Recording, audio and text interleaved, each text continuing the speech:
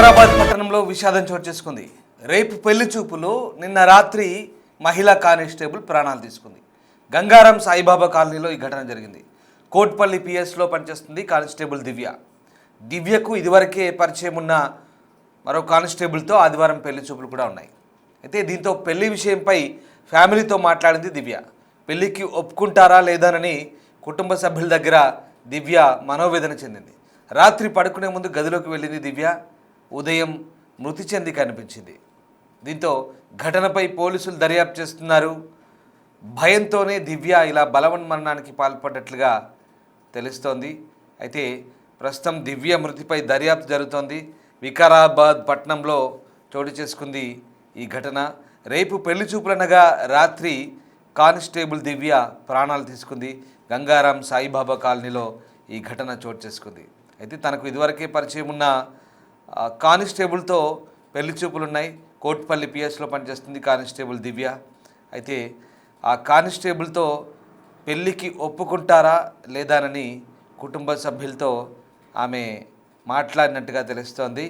ఆదివారం పెళ్లి చూపులున్నాయి, కానీ పెళ్లి విషయంపై ఫ్యామిలీతో దివ్య ఇదివరకే మాట్లాడింది. సో దీంతో ఒకవేళ పెళ్ళికి ఒప్పుకుంటారో లేదానని తను మనస్తాపానికి గురైనట్టుగా తెలుస్తోంది. దీంతో ఆమె బలవన్మరణానికి పాల్పడ్డట్టుగా తెలుస్తుంది.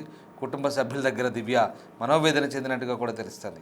సో మొత్తం మీద ఆమె మనస్తాపానికి గురై భయంతోనే ఈ బలవన్మరణానికి పాల్పడ్డట్టుగా తెలుస్తుంది. వికారాబాద్ పట్టణంలో చోటు చేసుకుంది ఈ విషాద ఘటన. దానికి సంబంధించిన దృశ్యాలు చూస్తున్నాం. డిస్టర్బింగ్ విజువల్స్ అవి. కానిస్టేబుల్ దివ్య బలవన్మరణానికి సంబంధించిన దృశ్యాలు ప్రస్తుతం మనం చూస్తూ ఉన్నాం. అయితే ఈ ఘటనకు సంబంధించి మరి కానిస్టేబుల్ దివ్య తల్లిదండ్రులు మాట్లాడారు, పోలీసులు కూడా మాట్లాడారు. అసలు ఏం జరిగిందో పోలీసులు దర్యాప్తు చేస్తున్నారు. ఓవరాల్గా ఈ ఇష్యూపై వాళ్ళు ఏమంటున్నారో ఒకసారి చూద్దాం.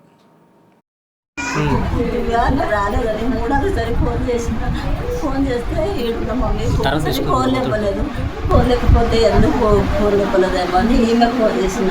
ఇక ఫోన్ లేపలేదు శ్వేత ఎందుకేమానంటే వస్తున్నది మమ్మీ అనంతగిరి గుట్టలో ఉన్నాడు వస్తున్నదని ఆమె అంటే వెంటనే వస్తున్నా మమ్మీ నేను అడిగి వస్తున్నా ఇంటికి అని అన్నది. 2 లీటర్ పాలు ఐస్ క్రీమ్ అది తీసుకొని వచ్చింది.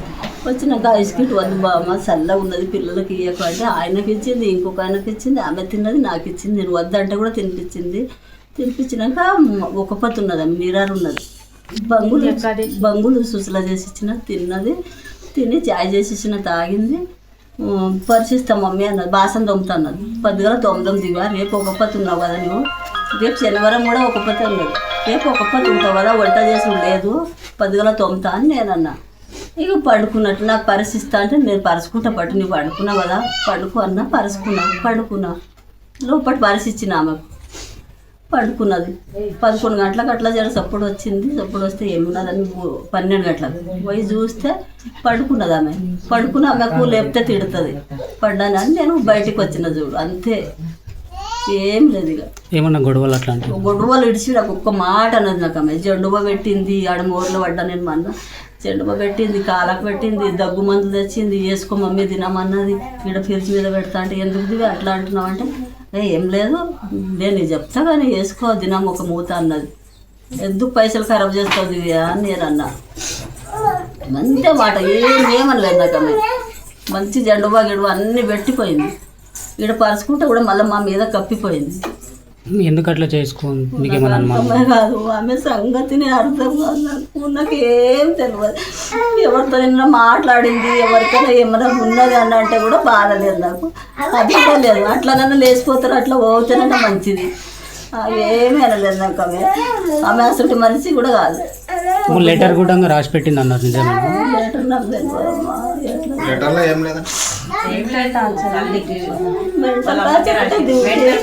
ఫస్ట్ డ్యూటీనే నేను చేసుకుంటున్నా. సాయంత్రం అయింది మమ్మీ, నాకు ఇష్టం లేదు డ్యూటీ చేసుడు. సాయంత్రము చీకటి అవుతుంది మమ్మీ అంటే వంశీనే చూసుకుంటాడు అంతా. నేను ఆమె చూడగానే చీకటి అయింది మమ్మీ అంటది. అంటే దివ్య దూరం పోయి చేసేటోళ్ళు ఉన్నారు, గీడ చేస్తే అట్లా అంటున్నావు దివ్య, రానోళ్ళు రాలేదంటారు, నీకు వచ్చింది అట్లా చేయొద్దు దివ్య అని నేనన్నా. ఇక అది ఇంత మాట కానీ దినం అవే మంచిగా ఉండే తిన్నది అన్నీ చేసి పడుకున్నా చూడు. జగడం ఆడింది. నేనేమని అన్నా అంటేనన్నా ఈమెకు ఫోన్ చేసింది, ఈమెతో మాట్లాడింది. కవిత ఊరు వచ్చి జ్వరం వచ్చి వండిందంటే ఆమెతో మాట్లాడింది. ఆదివారాలు వస్తారంట, చుట్టాలు వస్తారంట అంటే వద్దు మమ్మీ నేను చేసుకోను అని అన్నది. వద్దు మమ్మీ అంటే వస్తా అన్నారు కదా, దివ్య చూద్దాం ఒక మాట మంచిగా ఉంటేనే చూద్దాం, నీకు నచ్చకపోతే కట్నం గిట్నం ఏమి ఇయ్యము అంటే ఆలే పోతారు అని ఇట్లా అన్న చూడండి. నువ్వు నా మాట అర్థం చేసుకో మమ్మీ అని ఒక మాట, మా నాయన ఉంటే చేసుకుంటుండే నువ్వు చేసుకో మమ్మీ అని అన్నది. ఇంకేమీ అనలేదు, నేను ఒక్క మాట అనలేదు. ఆమె కాలు మొక్కుతుంటే నేను ఆమెకు తినము నేనే తినిపిస్తుంటే తినము పొద్దుగా తినిపోదిగా చక్కెర వస్తుంది తినిపోదిగా అని. నమస్తే అండి, నా పేరు రవికుమార్, వికారాబాద్ టౌన్ ఇన్స్పెక్టర్ని. ప్రస్తుతం మనం గంగారం విలేజ్లో ఉన్నాం. ఇక్కడికి రావడానికి ముఖ్య కారణం ఏంటంటే ఈరోజు దారూర్ పిఎస్లో పనిచేస్తున్నటువంటి రైటర్ దివ్య గారు సూసైడ్ చేసుకొని హ్యాంగింగ్ చేసుకొని చనిపోవడం మాకు తీసుకొచ్చింది. ఇక్కడికి వచ్చిన తర్వాత చూసినట్టయితే ఆమె చున్నీకి తన గొంతు బిగించుకొని వేలాడే కింద కాలాన్ని చనిపోయినట్టు తెలుస్తూ ఉంది. ఆమె మరణానికి గల కారణాలు ఇప్పటిదాకా తెలియలేదు. ఆమె ఫోన్ రికవరీ చేసుకున్నాం, వాళ్ళ ఫ్యామిలీ వాళ్ళతో మాట్లాడి వాళ్ళు వచ్చే పిటిషన్ పైన ఎంక్వైరీ చేసి ఆమె చావు గల కారణాలు వెతికి ఆమెకు న్యాయం తెలియజేస్తున్నాం. ఆమె సూసైడ్ లెటర్ రాసింది, దాంట్లో ఎవరి పేరు కానీ ఎలాంటి ఆరోపణ చేసుకొని రాయలేదు. కేవలం అమ్మ నాన్న క్షమించండి, నాన్న లేకపోవడం వల్లే మనకి బాధలు కష్టాలు, నా చావులో ఎవరికి ఎందులో ఎలాంటి అది లేదు, నా వాళ్ళని చనిపోతున్నాను, నా చావుకు ఎవరు కారణం కాదని చెప్పింది. మహిళా పోలీస్ దివ్య ఎందుకు బలవన్మరణానికి పాల్పడింది? ఈ బలవన్మరణం వెనుక కారణం ఏంటి? మంచి భవిష్యత్తు ఉన్న దివ్య పెళ్లి విషయంలో ఎందుకు మనస్తాపానికి గురైంది? లేదా కుటుంబ సభ్యులు ఆమె పెళ్లి గురించి ఎలాంటి ఆలోచన చేశారు? మా ప్రతినిధి సుజాత రెడ్డి జాయిన్ అవుతున్నారు. సుజాత, దివ్య కానిస్టేబుల్ మృతి నిజంగా దిగ్భ్రాంతిని గొలిపించే అంశం. ఎంతో భవిష్యత్తున్న ఒక యంగ్ కాప్ ఇలా బలవన్మరణానికి పాల్పడడం వెనుక కారణం ఏంటి? 10 మందికి ధైర్యం చెప్పే పోలీసు వృత్తిలో ఉన్నటువంటి ఆ అమ్మాయి ఎందుకు ఇలాంటి మనోవేదనకు గురైంది? అసలు ఏం జరిగింది? వికారాబాద్ పట్టణంలో విషాదం చోటు చేసుకుందనే చెప్పుకోవాలి. కానిస్టేబుల్ గా విధులు నిర్వర్తిస్తున్నటువంటి దివ్య సూసైడ్ చేసుకుని చనిపోయినటువంటి ఘటన ఇప్పుడు అందరినీ కూడా కలిచివేస్తుంది. ఒకవైపు కుటుంబం శోక సంద్రంలో మునిగిపోయింది. దివ్యకి ఆదివారమే పెళ్లి చూపులు ఉన్నాయి. గత కొన్ని రోజుల నుంచి దివ్యని పెళ్లి చేసుకుంటాను అని చెప్పేసి తన సహ ఉద్యోగి అయినటువంటి గతంలో వికారాబాద్ లో కానిస్టేబుల్ గా పనిచేసినటువంటి వ్యక్తి దివ్య కుటుంబ సభ్యులని అప్రోచ్ అయ్యి దివ్యని పెళ్లి చేసుకుంటానని చెప్పేసి మాట్లాడితే దివ్యకి ఎన్నోసార్లు కాంటాక్ట్ అయ్యాడు. నేను పెళ్లి చేసుకుంటాను దివ్య నిన్ను అంటే చాలా సార్లు తనకి ఇష్టం లేదు అనని కొంత అవాయిడ్ చేసినట్లుగా కూడా తెలుస్తుంది. అయితే కుటుంబ సభ్యులతో దివ్య అక్కతో కాల్ చేసి నేను దివ్యని పెళ్లి చేసుకుంటాను, మంచి భవిష్యత్తుని ఇస్తాను అని చెప్పడంతో కుటుంబ సభ్యులు కొంతమేరకు దివ్యను ఒప్పించే ప్రయత్నం చేశారు. నిన్న రాత్రి ఆ దివ్య తల్లితో నాకు ఈ పెళ్లి ఇష్టం లేదు, నేను చేసుకోను అమ్మా అని చెప్పినప్పుడు అట్లీస్ట్ పెళ్లి చూపులకు వచ్చిన తర్వాత అయినా సరే రిజెక్ట్ చేయొచ్చు, నచ్చకపోతే వాళ్ళు పెళ్లి చూపులకు వస్తామని చెప్తున్నారు అని చెప్పేసి కొంతమేరకు దివ్యని కాంప్రమైజ్ చేసే ప్రయత్నం చేశారు. ఆ నేపథ్యంలోనే దివ్య మనస్తాపానికి గురే. ఎందుకంటే తండ్రిని కోల్పోయినటువంటి దివ్య తల్లి బాగోగులు చూస్తుంది. ఒకవైపు తల్లికి ఎంతో దివ్యకి మధ్య చాలా అండర్స్టాండింగ్ ఎక్కువగా ఉంటుంది. పెళ్లి విషయానికి వచ్చేసరికి కొంత మేరకు తనని పెళ్లి చేసుకుంటే మంచి భవిష్యత్తు ఉంటుంది అని చెప్పి నచ్చజెప్పే ప్రయత్నం చేశారు. ఒకవేళ దివ్యకి ఇష్టం లేకపోతే రిజెక్ట్ చెయ్యి, ఎలాంటి ఇబ్బంది ఉండదు, కానీ పెళ్లి చూపులకు వస్తామని చెప్తున్నారు కాబట్టి రానివ్వు అని చెప్పి కొంత మేరకు తన కూతురికి నచ్చజెప్పే ప్రయత్నం చేశారు. అయితే రాత్రి సమయంలో ఈ చర్చ జరిగిన తర్వాత దివ్య తన రూమ్కి వెళ్ళిపోయింది. రోజులాగే తల్లి తన రూమ్కి వెళ్ళి నిద్రపోయింది. ఆ తర్వాత దివ్యని ఉదయాన్నే ఇంకా నిద్ర లేగడం లేదు ఏంటి అని ఇంటికి వెళ్లి తలుపులు తీసి చూసేసరికి బెడ్రూమ్ రూమ్ తలుపు తీసేసరికి దివ్య హ్యాంగింగ్ కనిపించడంతో తల్లి కన్నీరు మున్నీరుగా రోధిస్తుంది. ఎందుకంటే ఎప్పుడు ఆ దివ్య యాక్టివ్ గా ఉండేది, కానీ తన పర్సనల్ విషయానికి వచ్చే వరకు కొంతవరకు సెన్సిటివ్ గా ఉండేటువంటి దివ్య ఇలాంటి నిర్ణయం తీసుకోవడంతో కుటుంబం అంతా కూడా కన్నీరు మున్నీరుగా వినిపిస్తుంది. తను ఆవేశంగా, ఒకవైపు తండ్రి లేడు, తల్లి బాధ్యతలన్నీ కూడా చిన్నప్పటి నుంచి బాధ్యతలను చూసుకుంటూ ఉంది. జాబ్ వచ్చినా కూడా కొంత మేరకు ఇంటి బాధ్యతలు అనేది ఫైనాన్షియల్ గా దివ్య చూస్తున్నప్పటికీ కూడా ఏ నిర్ణయం తీసుకోవాలన్నా సరే పెళ్లి గురించి కావచ్చు, ఇలాంటి నిర్ణయాలన్నీ కూడా తల్లిదండ్రులు తీసుకోవాల్సినటువంటి బాధ్యత ఉంటుంది. అయితే తండ్రి లేనటువంటి సమయంలో పూర్తిగా తల్లే బాధ్యత తీసుకుంటూ నా కొరకు మా అమ్మ ఎక్కువ బర్డెన్ మోస్తుంది అని డిప్రెషన్ లోకి వెళ్ళినటువంటి దివ్య ఒక సూసైడ్ లెటర్ రాసింది. అమ్మ నన్ను క్షమించు, నా చావుకి ఎవరూ కారణం కాదు, నాన్న ఉంటే బాగుండేది, నీకు ఇన్ని కష్టాలు వచ్చుండేవి కాదు అని రాసినటువంటి లెటర్ లో చాలా క్లియర్ గా అర్థమవుతుంది. ఎందుకంటే రేపు ఒకవేళ దివ్య పెళ్లి చేసినప్పటికీ కూడా బాగోగులన్నీ కూడా తల్లి మీదే బడన్ పడుతుంది అని చెప్పేసి దివ్య కొంతవరకు డిప్రెషన్ లోకి వెళ్ళి ఇలాంటి నిర్ణయం తీసుకున్నట్లుగా కూడా తెలుస్తుంది. అంటే సుజాత, ఇక్కడ ఆ వ్యక్తితో పెళ్లికి సంబంధించి దివ్యకు ఇష్టం లేక లేదా ఒత్తిడి పెరగడం వల్ల ఈ నిర్ణయం తీసుకుందా? కుటుంబ సభ్యుల నుంచి ఎలాంటి ఒత్తిడి కూడా లేదు అని చెప్తున్నారు. కాకపోతే ఆ వ్యక్తి కానిస్టేబుల్ గా పనిచేస్తున్నటువంటి వ్యక్తి దివ్య అమ్మకి కాల్ చేయడం, వాళ్ళ అక్కకి కాల్ చేయడం, అతని నుంచి కొంతవరకు ప్రెజర్ ఉండడం, ఆ తర్వాత దివ్య కాల్ చేయడం, ఇలాంటి కాల్స్ రావడం వల్ల తను కొంతవరకు ఒత్తిడికి లోనయ్యి ఈ పెళ్లి చేసుకుంటే తర్వాత తల్లి ఒక్కటే ఉంటుంది, తన భవిష్యత్ ఏంటి, ఎవరు చూస్తారు అన్న డిప్రెషన్ ఎక్కువగా తల్లి గురించి ఆలోచించే ఇలాంటి నిర్ణయం తీసుకున్నట్లు తెలుస్తుంది. తల్లి మాత్రము పెళ్లికి సంబంధించి ఎలాంటి ఫోర్స్ కుటుంబ సభ్యులు చెయ్యలేదు. కానీ తన నుంచి, ఆ కానిస్టేబుల్ నుంచే మీ అమ్మాయిని చేసుకుంటాను, ఒక్కసారి పెళ్లి చూపులకు వస్తాను, మంచి భవిష్యత్తు ఉంటుంది నాతో పెళ్లి చేస్తానని చెప్పి కొంతమేరకు ఒత్తిడి తన నుంచే వచ్చినట్లుగా కూడా తెలుస్తుంది. ఒకవేళ ఆ ఒత్తిడి రావడంతో కుటుంబ సభ్యులు ఏమైనా సరే తనని ఎలాగైనా పెళ్లి చేసుకోవాలి అని చెప్పేసి ఇంట్లో నుంచి కూడా ప్రెజర్స్ వస్తుందేమో అని భావించినటువంటి దివ్య సూసైడ్ చేసుకున్నట్లు తెలుస్తుంది. Right, thank you Sujatha. So constable బలవన్ మరణం సంచలనం రేపుతోంది. ఇక పెళ్లి విషయంలో కొన్ని ఒత్తిళ్లు ఆమెను ఈ దిశగా ప్రేరేపించినట్టుగా అర్థమవుతుంది. మరో కానిస్టేబుల్ తనను పెళ్లి చేసుకుంటానని తన కుటుంబ సభ్యుల్ని ఆశ్రయించడం, కుటుంబ సభ్యులు తనతో పెళ్లి చూపులకు అమ్మాయిని సిద్ధం చేస్తున్న వేళ అమ్మాయి ఇక మనస్తాపానికి గురైంది, మనోవేదనకు గురైంది. దీంతో బలవన్ మరణానికి పాల్పడ్డట్టుగా తెలుస్తుంది. ప్రస్తుతం ఈ ఘటనపై పోలీసులు దర్యాప్తు చేస్తున్నారు. నాతో కామన్ గా మాట్లాడింది, ఓకే ఎట్లా ఏం చేస్తున్నావు, నేను ఏం చేస్తున్నాను అన్నది. తర్వాత సండే ఇట్లా చుట్టాలు వస్తున్నారు చూడడానికి అన్నది. ఆమె అన్నది నాకు ఇప్పుడు ఇష్టం లేదక్క, ఒకవేళ పెళ్ళైనా మళ్ళీ అబ్బాయి ఎట్లుంటాడో ఏందో, మళ్ళీ ఇక్కడ రానిస్తాడో లేదో అని అన్నది. అన్న అట్లా నీకుంటే వదిలేసేయి, చూద్దాం, ఆదివారం వస్తే చూద్దాం, మంచి లేదని చెప్దాము, మంచి లేకుంటే వద్దని చెప్దాం. దివ్య ఏం దాని గురించి అంత ఆలోచించకు, టెన్షన్ కాకు, నువ్వు ప్రశాంతంగా ఉండు, నువ్వు హ్యాపీగా ఉండు. ఒకవేళ అబ్బాయి మంచిగా ఉండు చేసుకుంటా అంటే నువ్వు ఎవరి గురించి కూడా ఆలోచించకు, మీరు మంచిగా ఉంటుంటే మాకు కావాలి అని కూడా చెప్పినాను. అంతే మాట్లాడేది. నాకు కూడా టెన్షన్ పడకు, వంట ఉపవాసాలు ఉండకు, తిని ప్రశాంతంగా కూడా వాళ్ళు వచ్చినా నేను చూసుకుంటా, నువ్వు టెన్షన్ పడకు, ఎవరు రాకుండా పర్లేదు, నువ్వు స్టాండ్ తీసుకుంటా, నీ గురించి నువ్వు టెన్షన్ పడకు దివ్య అని చాలా రాత్రి సంప్రదించిన. రాత్రి మాట్లాడుకునే ఫోన్ కట్ చేసింది నైట్ నాకు. కానీ నేను ఇట్లా ఆలోచించలేదు ఆమెకు అసలు ఎప్పుడు. కానీ మెంటల్ టెన్షన్ ఏంటంటే ప్రతిదీ ఆలోచిస్తుంది, చిన్న చిన్న విషయాలకు, అక్క గురించి, బావ గురించి, బావ ఇట్లా అయింది, అక్క ఇట్లా అని ప్రతిదీ మెంటల్ టెన్షన్ తీసుకుంటుంది ఒకటి. ఈ మధ్యలో ఏంటంటే సంబంధం వచ్చింది, ఆ సంబంధం గురించి ఆ బాబు మేము వస్తాం దివ్య, ఎప్పుడు రావాలి అని అంటే ఆమె ఏమన్నది ఒకటే మాట, లేదు మా అమ్మ వాళ్ళని అడగాలి ఇంట్లో.